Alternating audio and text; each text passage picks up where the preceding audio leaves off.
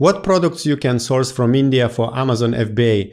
In this video, our guest Meghla Bhardwaj from India Sourcing Network tells what products are commonly sourced from India by Amazon sellers, how the prices differ from Chinese products, and what to keep in mind when choosing an Indian manufacturer.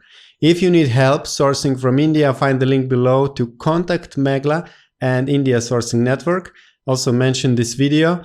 And this video is hosted by Licit Liz. She works with different Amazon brands. And finally, if you find our videos useful, click the like button below and subscribe to our channel.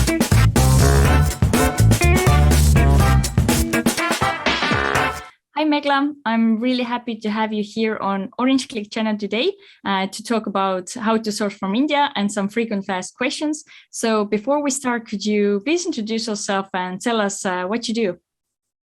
Yeah, absolutely. Thank you so much, Lisette, for having me here on the Orange Click channel. So yeah, my name is Meghla Bhardwaj, and I have been in the sourcing industry for almost 20 years. That's basically my background, my experience. And I have lived and worked in China, in India, in the Philippines, and I'm currently based in Singapore. And for the last 3 or 4 years, I've been basically helping Amazon and e-commerce sellers source products from India. And I've organized a trip to India called the India Sourcing Trip. And then I've also recently launched a website that helps Amazon e-commerce sellers source products from India virtually. Okay, so if anybody has any questions regarding sourcing from India for Amazon, then you are the right person to talk to, right? Absolutely, yes. I can guide people and point them in the right direction for sure. Okay, sounds really good. So actually today we have gathered some frequently asked questions sellers usually have about sourcing from India.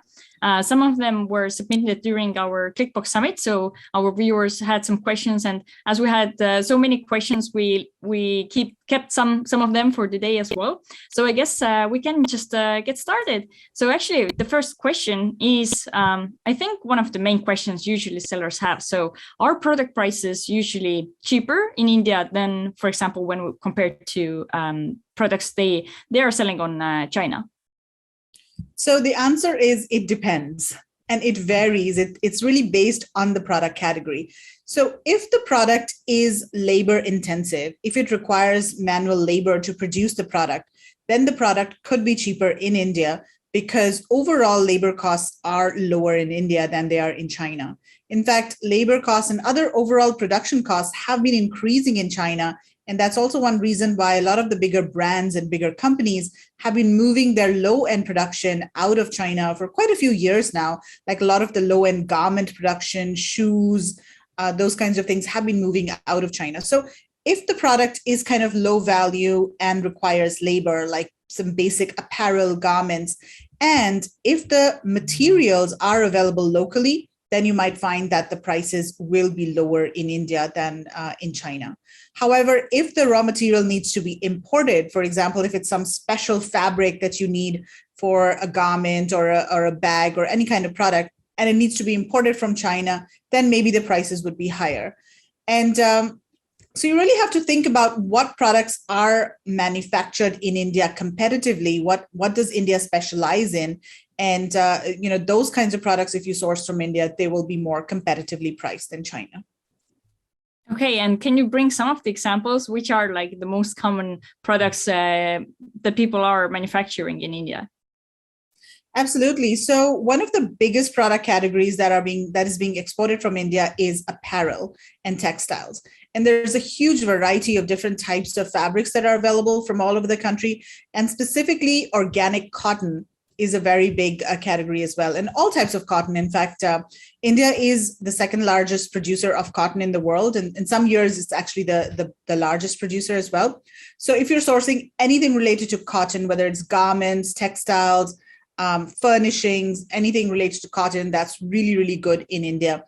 Also, a lot of fashion accessories like bags, wallets, belts, all of those kinds of accessories, those are really good.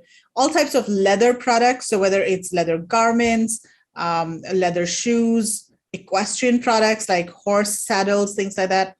And then one of the main categories that we see Amazon sellers sourcing from India is wooden products. And these are basically home decor items or items that are used as gifts during Christmas, etc. And these are made out of mango wood or pine or other types of wood.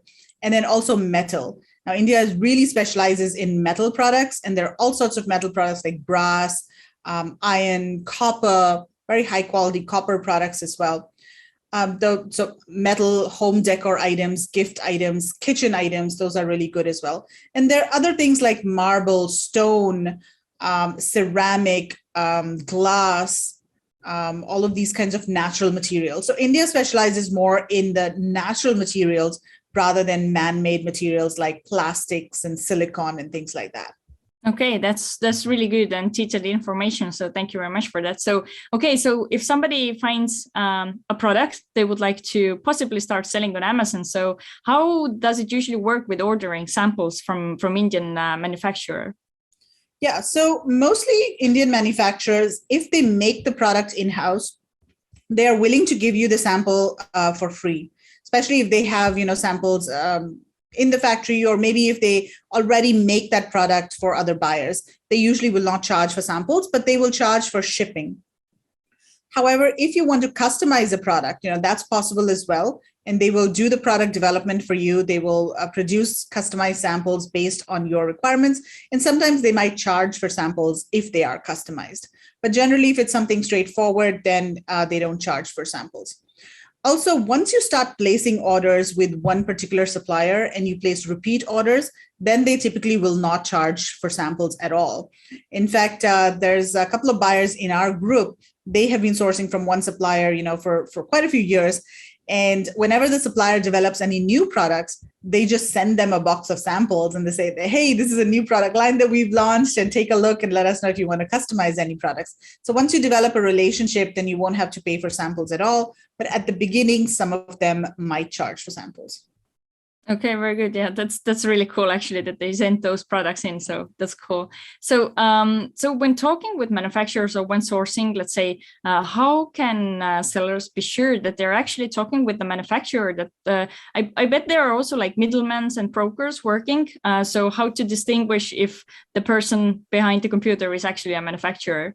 Yeah, and this is a big problem actually when sourcing from India and China or any other country in Asia. Basically, a lot of people, they claim that they are manufacturers, but they're actually just people sitting in their basement and maybe placing orders via a manufacturer when they get any orders from overseas. So you have to be very careful. First of all, you need to look in the right places. So there's a couple of different websites that are export focused that have manufacturers. For example, Alibaba, Global Sources, and our website as well, indiasourcing.net. We have manufacturers and exporters. We vet companies to ensure that they are actually factories and not trading companies. Alibaba, Global Sources, these are the two main export-focused directories, and all the suppliers on these websites are exporters. They may or may not be manufacturers, but at least they are exporters. So if you want to confirm that a supplier is a manufacturer, there are a couple of ways to do that. First of all, you can check their documents. So in India, there are a couple of different documents that every company has. One is a GST number. So that's a goods and services tax. And every company in India needs to be registered, and they have a GST number. So you can find the GST number of that company online, and you can just search for the company name plus GST. And usually the GST is either on their own website or another website. Once you have the GST number, then you need to go to this government website in India where you can actually validate and check the information about the company based on their GST. So again, just Google check GST number India. You'll find the government website, enter the GST number, and you'll get some basic information about the company, including their basic, their main business type, whether they are a manufacturer or factory. And you want to see the word manufacturer over there. If you see trader, wholesaler, then you know that they are not really a factory. That's one thing. The second thing you can check is their IEC code, which is their import-export code. Now, every company or every exporter in India needs an IEC code. Without an IEC code, they cannot export out of India. So again, ask for their IEC code or find it online, and then go to this government website where you can validate IEC codes. Just search for check IEC code India. You'll come to this government website. Put in the IEC code there. Again, you'll get some basic information about when they were issued the IEC and also what is their main business activity. Then you can also ask for suppliers' business registration number. Depending on the size of the factory or the company, they may be registered with different organizations, but you can ask them for their business registration, and that also usually has it mentions their main business type, and you want to see the word manufacturer or factory over there. And all of these documents, all of the websites are in English, so it's very easy for anybody to go and check. They're not in the local Indian languages, so it's very accessible. Yeah, that was actually one of my first questions when I was listening to you. I wanted to ask about the language because, yeah, if it's in English, of course, it's quite easy and accessible for everybody. So that's super nice. So actually, that's one of the things. Am I right? It's one of the things regarding like communication with the manufacturers as well, because English is so widely spoken in India. So it's actually. Would you say that communication is easier for sellers compared with, let's say, Chinese manufacturers? Yes, definitely. I would say communication is much easier because most suppliers speak English, and it's easy for you to just get on a call with them or do a video call. They're quite comfortable speaking, via video as well. Whereas in China, they prefer talking via email or maybe just WeChat. But with India, you can easily get on a Zoom call or a WhatsApp call and have a good conversation, and you can even see the products that they have in their factory, or maybe if they're developing some samples for you, they can also show the samples on video, etc. It's sometimes also easy to talk to engineers. So not only like the factory owners or maybe the salespeople, if it's a big company, but if you want to talk to people on the factory floor, that's possible as well, because many times these people also speak English. Of course, it depends on the region where the factory is. Maybe in the smaller cities and more rural areas, they may not speak English. But generally, in the more developed cities, bigger cities, you'll find that even the factory managers, etc., they speak English. So, if you want to have a conversation with the supervisor or maybe the R&D person, that is also possible. Okay, and what are the most, let's say, common channels to keep the communication with the Indian supplier? So for Indian suppliers, there are a couple of different ways to communicate. One is, of course, by email, and you want to make sure that whatever conversation you have with the supplier is documented via email. And there's like a formal, conversation. If there are any changes that you want in your product, for example, or if you're making any special requests or anything, everything should be formally sent to them via an email. Or of course, if you have a product specifications sheet, then all the product specs, etc., should be there with the purchase order. But if you want to, for example, get updates or you want them to answer a question quickly, then WhatsApp. They're usually slower to respond to emails. So if you need a quick answer, then you can contact them via WhatsApp. In fact, even when you contact the supplier for the first time, you can use WhatsApp. And usually suppliers, like on their websites, they will have a WhatsApp number. And a lot of companies nowadays have business WhatsApp accounts, not like personal ones. So they're reachable by WhatsApp, and they're more, that they respond faster via WhatsApp. Okay, very good. So let's now move back a little bit to the sourcing part. So when sellers are doing, let's say, their first order, a lot of sellers are looking to, source a smaller number of products. So is that correct that in India, suppliers often offer a smaller minimum order quantity, for example, when compared to Chinese suppliers? Yes, they do. And it really depends on the product as well. For certain products, for example, metal or wooden handmade products, the MOQs can be really low. They can be as low as 50 pieces, even though, we don't recommend that. But yeah, MOQs can be very low for handmade, handcrafted kind of products. But if you're sourcing, let's say, textiles or apparel, and you want customized prints, then of course the MOQ may be higher, because then they need to produce these fabrics, on the mill. So it depends on the product category. But in general, we found that the MOQs are lower. And sometimes suppliers will also work with an MOV, which is a minimum order value. That means that they will say that, okay, you can place an order worth $5,000 and you can mix and match different kind of SKUs. So maybe you can have, 3 or 4 SKUs within that $5,000. And I think that's very advantageous for an Amazon seller. If you're just starting out, or if you want to test different products, then you can just, source multiple products and meet the supplier's MOV. And that's a win-win for you and the supplier, right? Yeah. Okay, that's really interesting. I didn't know actually that before. So that's definitely a valuable piece of information for our viewers as well. So I also want to add for the MOQ, I also want to add, it also depends on the size of the supplier. So sometimes there are really large companies that don't want to do small orders because they have large setups and small orders do not really make sense for them economically. So those companies prefer to work with, like really large buyers, and they have MOQs in the containers. But if you are a small Amazon seller, then you should go to maybe a small or mid-sized factory, and they are more flexible in terms of the MOQ. Okay, very good. So now when sellers are already ordering products from India, so how does quality control work? Yeah, so quality control, of course, is very, very important.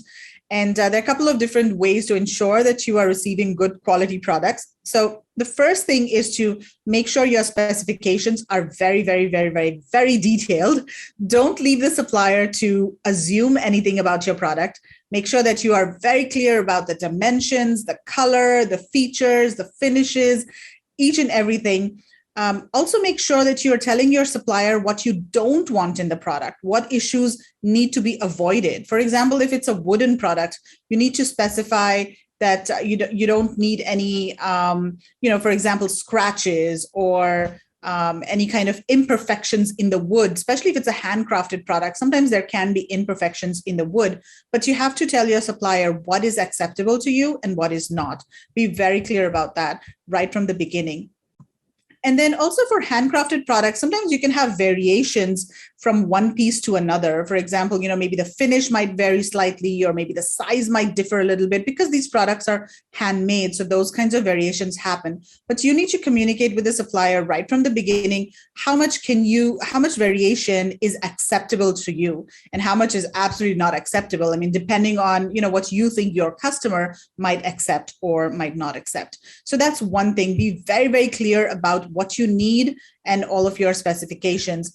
And in sourcing, half the problems that happen in sourcing, whether it's from China, India, or anywhere, is miscommunication. It's just because you said something or you didn't specify something and the supplier just assumed whatever they thought would be best for you. So that's one way. The second thing you should do is do a third-party inspection. And sometimes, like if it's a small order, you can just do a pre-shipment inspection. So after the goods have been finished, just before they are packaged, or when like 50% of the goods are packaged, you can send a third-party inspection company to the factory to do an inspection and check the goods on your behalf. There are lots of different inspection companies in India, such as RSJ Inspection. That's one of the recommended companies that we have. But there's Kima, there's VTrust that operates in China as well as India.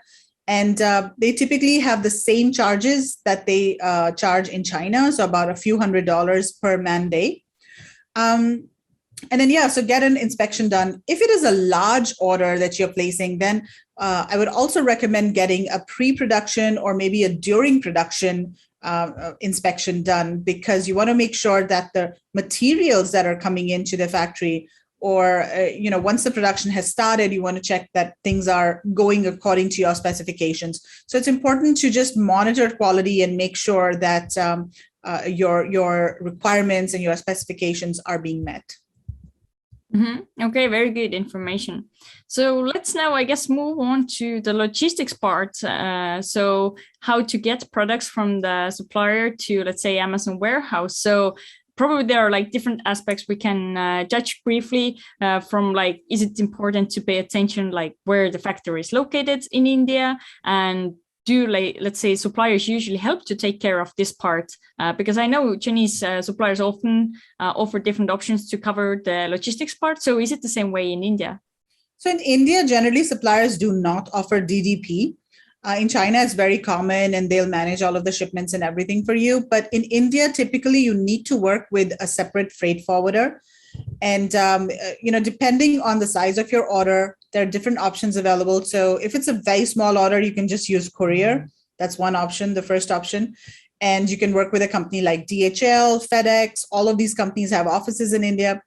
And usually your supplier will have a corporate account with any of these companies. So you can ask your supplier to ship the product, and then you can, pay your supplier the invoice value. Or if you yourself have an account with any of these companies, you can ship just based on your account. So that's one option. Then second is you can consider sea freight or air freight. Again, depending on the volume. If it is, not a very big volume and it's urgent to ship the product, then you can use air freight. It's cheaper than courier, but it's still more expensive than sea freight. And then the third option is, of course, sea freight. And for sea freight, there are a couple of different ports that you can use depending on where your factory is located. But the most common port in India is on the west coast, which is Mumbai. It's also known as Nhava Sheva port. And most of the shipments from India go from Mumbai port. So when you're shipping to the US, you should ship from Nhava Sheva port to the East Coast. It takes about 22 days sailing time from Mumbai to the East Coast to New York. And it's cheaper as well, rather than shipping to the West Coast. But if you're sourcing from, let's say, South India, then you might have to ship from a different port. And depending on where your factory is located, you might go to a different port and you might have to go to the West Coast. But you can also, ship via Mumbai. So maybe you can truck the products to Mumbai from the South and then go to the East Coast. So you need to talk to your freight forwarder and discuss all of the different options based on where your factory is located. Also keep in mind that most of the production, especially for products that Amazon sellers source, like metal, wood, all of these kinds of products, is in the north. And so the products do need to be trucked or sent by rail to Mumbai port. And that takes, 2 to 3 days or sometimes even longer. So you should maybe save about a week for the local road transportation as well. Also keep in mind that, whereas in China, there are so many different ports along the East Coast, like almost every city has a port near it. And there are ships going out every week. In India, there are fewer ships going out. So I think it's like Monday and Wednesday, or you can check with your freight forwarder, when is the ship leaving, from Mumbai, and make sure that you ship your products in time, and your products can sort of make it to the next available ship. So that's something that you also should discuss with your freight forwarder, so that you're saving on, time. Okay, we got a lot of good information from you. So to wrap this discussion up, I wanted to ask, do you have any tips to share how to negotiate with Indian suppliers? I have heard, I think from one of your presentations, that it's very difficult for Indian suppliers to say no. So could you please explain a little bit about this background, and perhaps it's helpful for sellers when they are communicating with the suppliers? Yeah, absolutely. So Indian suppliers, and I think in general, the culture in India and also in China to some extent, is that they don't want to lose face, right? They don't want to appear incompetent, or they don't want to show that this is something that they can't do. So very often, suppliers will say that, yes, of course we can do it. It's not a problem. If you ask them to do a certain product, or if you want to make certain customizations, they'll be like, yeah, it's no problem. We can do it. And there are a couple of reasons for that. One is because they have that. They don't want to lose face. Also, they don't want to lose the opportunity for business, because they think that maybe they can achieve whatever you're asking them to do by subcontracting or finding another supplier, or maybe making changes in their own factory. They don't want to lose the opportunity for your business. And so that's another reason why they are not saying no. So you got to be aware of this and make sure that you are checking with the supplier that they do indeed have the capability of manufacturing the product that you are looking to manufacture. For example, if you're looking to manufacture a wooden product, make sure that they have the equipment, they have the artisans to do those products, that they have in fact shipped wooden products to buyers previously.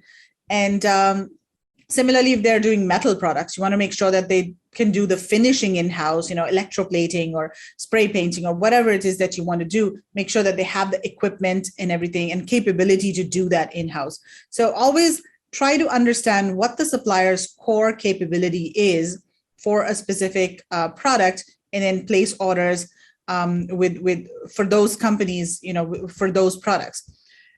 Sometimes what happens is, if a product is completely new to a factory, then you might face some quality issues, or there may be delays in product development because the supplier has not done that product previously.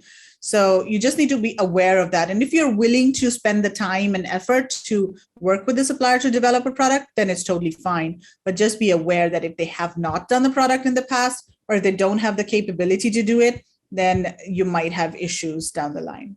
Okay, thank you so much, Meghla, for all this detailed information. So if any of our viewers will have any questions about sourcing from India, then what's the best way to reach you? And also, what's the best place to learn more about what India Sourcing Network does? Absolutely. So we have a Facebook group. It's completely free. Anyone's free to join. So you can just search for Sourcing from India on Facebook and join the Facebook group. We host regular webinars and we share a lot of information about sourcing from India. And in case anyone's interested, we also host a workshop, which is like a 3-day intensive A to Z course of sourcing from India. So we have that workshop as well. The next one is coming up in January. And the website is indiasourcing.net. So in case anyone's looking for suppliers or service providers like freight forwarders, quality control companies, any type of service provider related to sourcing from India, you can find that on the website. It's indiasourcing.net. Perfect. So again, thank you so much and good luck in your business. Thank you so much, Lizette. Take care.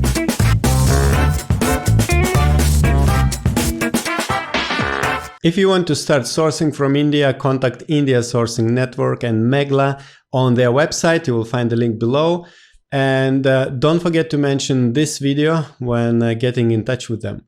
Now, I would like to recommend you to watch other video, actually the whole playlist with more videos about sourcing Amazon FBA products from China, India, and other countries. I hope this list of videos will be useful for you. Enjoy.